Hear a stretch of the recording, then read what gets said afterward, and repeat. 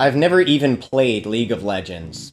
I've heard it's an extremely competitive game, and I'm not interested in making the rest of my life about getting good at a single game. So I have no desire to start.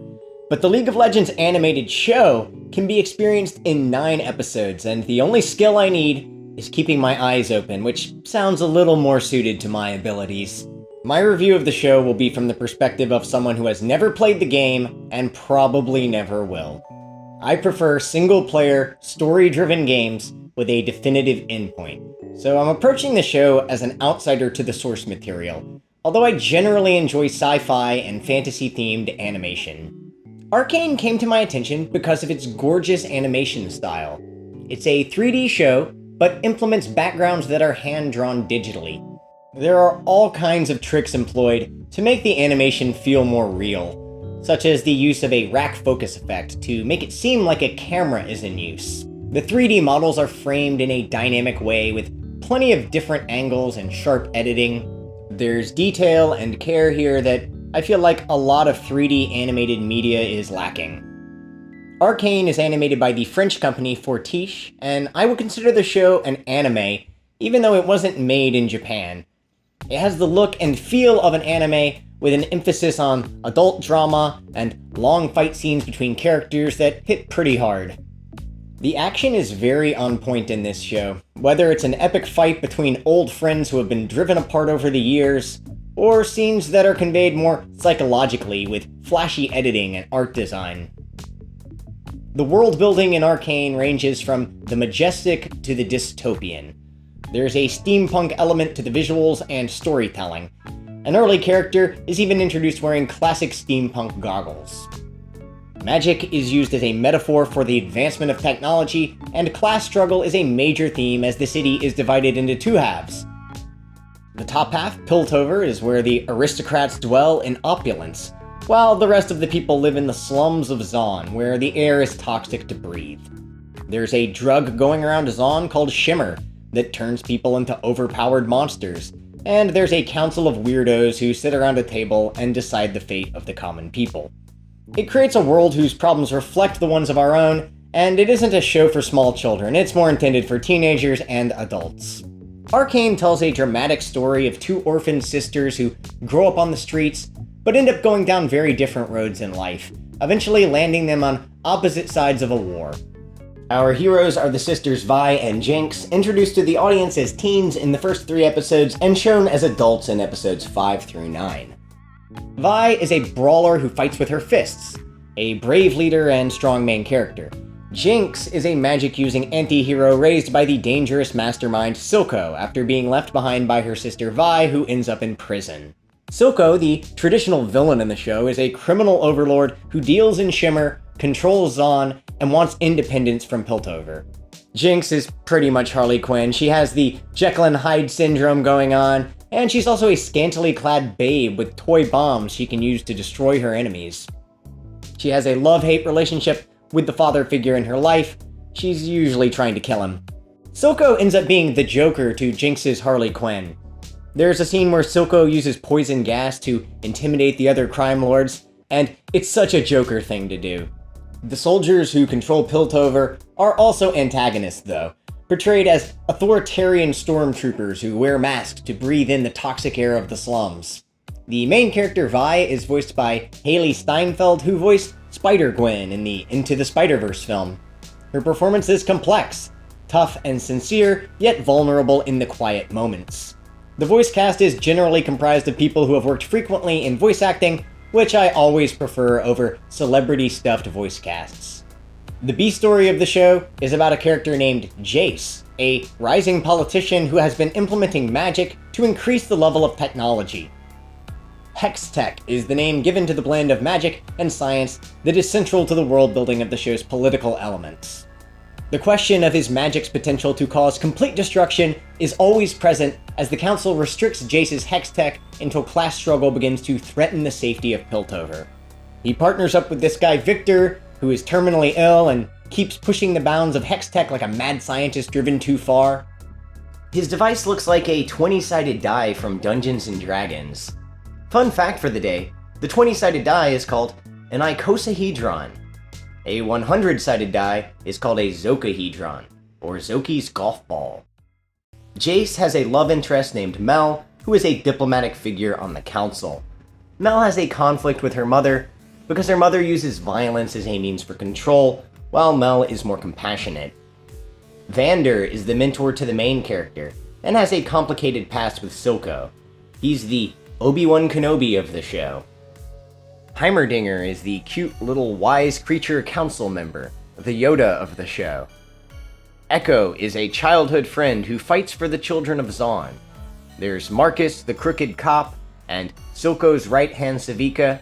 There's a Game of Thrones level of character introduction at play here.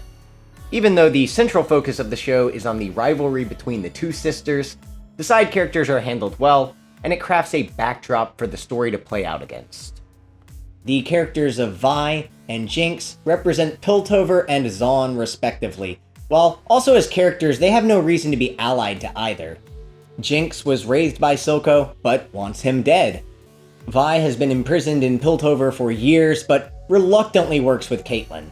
Caitlyn is one of the most important characters, as she is a mirror for Vi. She's also a potential love interest.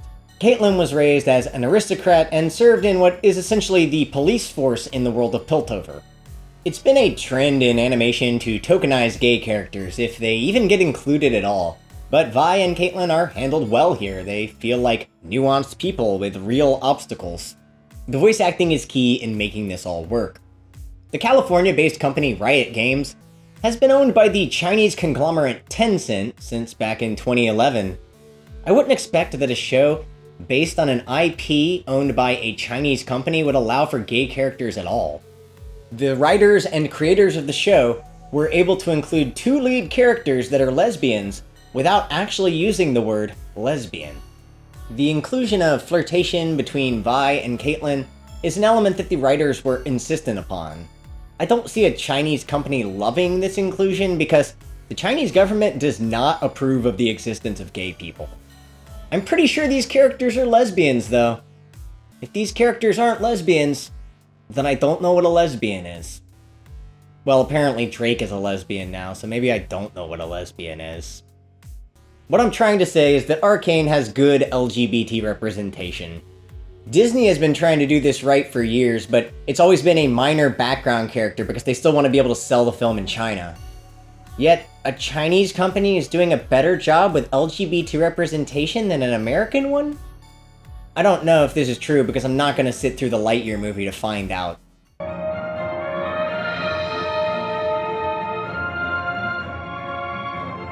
Well, if you weren't gay before, you sure are now. Nope, you saw the 2 women kiss, you're gay now. That's how grooming works.